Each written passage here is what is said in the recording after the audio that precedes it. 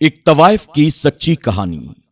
میں جیسے ہی ہوٹل سے کھانا لے کر اپنی گاڑی میں بیٹھا تو ایک خوبصورت طوائف میرے پاس آئی اور کہنے لگی، کیا آپ چلیں گے صاحب؟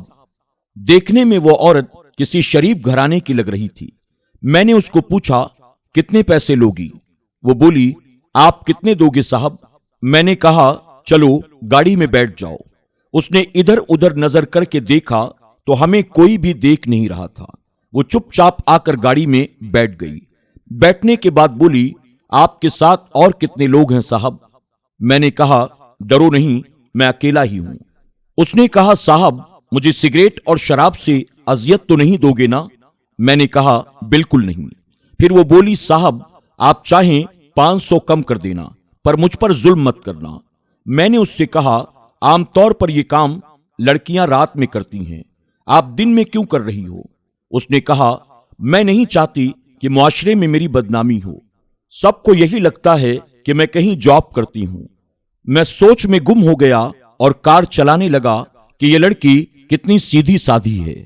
چلے خیر، میں اسے اپنے ڈیرے پر لے گیا اور وہ گھر میں سب چیز حیرت سے دیکھنے لگی۔ میں نے اسے بیڈ روم میں بٹھایا اور کہا، کیا آپ نے کھانا کھایا؟ اس نے کہا، نہیں صاحب مجھے نہیں کھانا ہے۔ میں نے اس سے کہا، دیکھو ڈرو نہیں، کچھ نہیں ہوتا، کھانا کھا لو۔ وہ میرے ساتھ کھانا کھانے لگی اور بولی، صاحب یہ بچا ہوا کھانا کیا میں اپنے گھر لے جا سکتی ہوں؟ میں نے غصے سے کہا، نہیں، بالکل نہیں۔ وہ میری بات سن کر ڈر گئی اور وہ اچانک سے بولی، صاحب آپ اپنا کام جلد کریں، مجھے گھر واپس جانا ہے۔ میں نے اس سے کہا، کیوں کرتی ہو یہ گندا کام؟ کیوں بیچتی ہو اپنے جسم کو؟ بس اتنا کہوں گا، یہ کام چھوڑ کیوں نہیں دیتی؟ میں نے اس سے کہا، بہت درد دیا نا زندگی نے تمہیں اور اس معاشرے کے لوگوں نے، مجھے اپنا درد سکون سے بتاؤ۔ میرے یہ الفاظ سن کر وہ پھوٹ پھوٹ کر رونے لگی۔ اس نے اپنا درد بتاتے ہوئے کہا، میں ایک شادی شدہ عورت ہوں، میرے شوہر کا انتقال ہو چکا ہے، میری ایک بیٹی بھی ہے۔ شوہر کی وفات کے بعد میرے سسرال والوں نے مجھے منحوس کہنا شروع کر دیا۔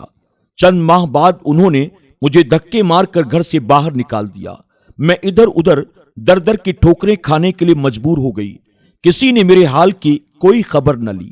میری زندگی ایک عذاب سے کم نہیں تھی۔ میں نے بھیک مانگنا شروع کر دیا۔ جب میں بازار میں بھیک مانگ رہی تھی تو ایک آدمی آیا اور اس نے کہا، چلتی ہو کیا؟ اس نے کہا، میں 1 گھنٹے کا 5000 روپیہ دوں گا۔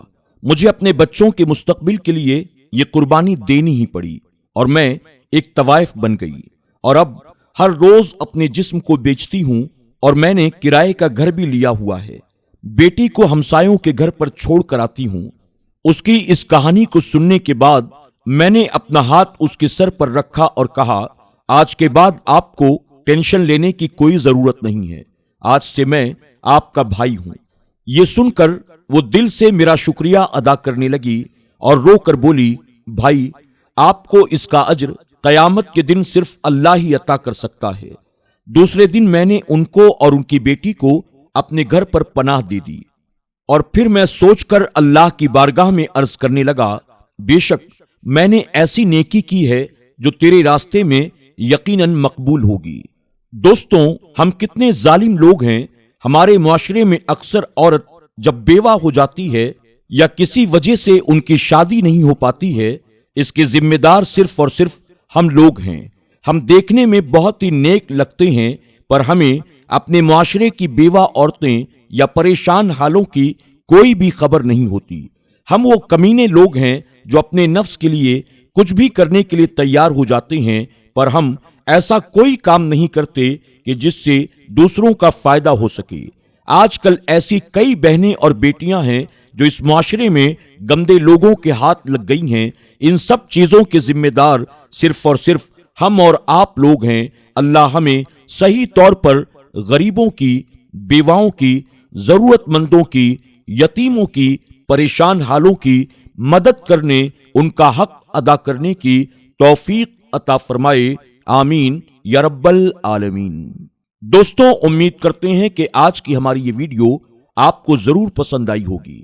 ویڈیو پسند آنے کی صورت میں کمنٹ باکس میں جا کر کمنٹ بھی کریں اور اس ویڈیو کو اپنے دوست احباب کے ساتھ شیئر کرنا نہ بھولیں بہت جلد ایک اور نئی ویڈیو کے ساتھ آپ کی خدمت میں حاضر ہوں گے۔ تب تک کے لیے ہمیں اجازت دیں۔ اللہ حافظ۔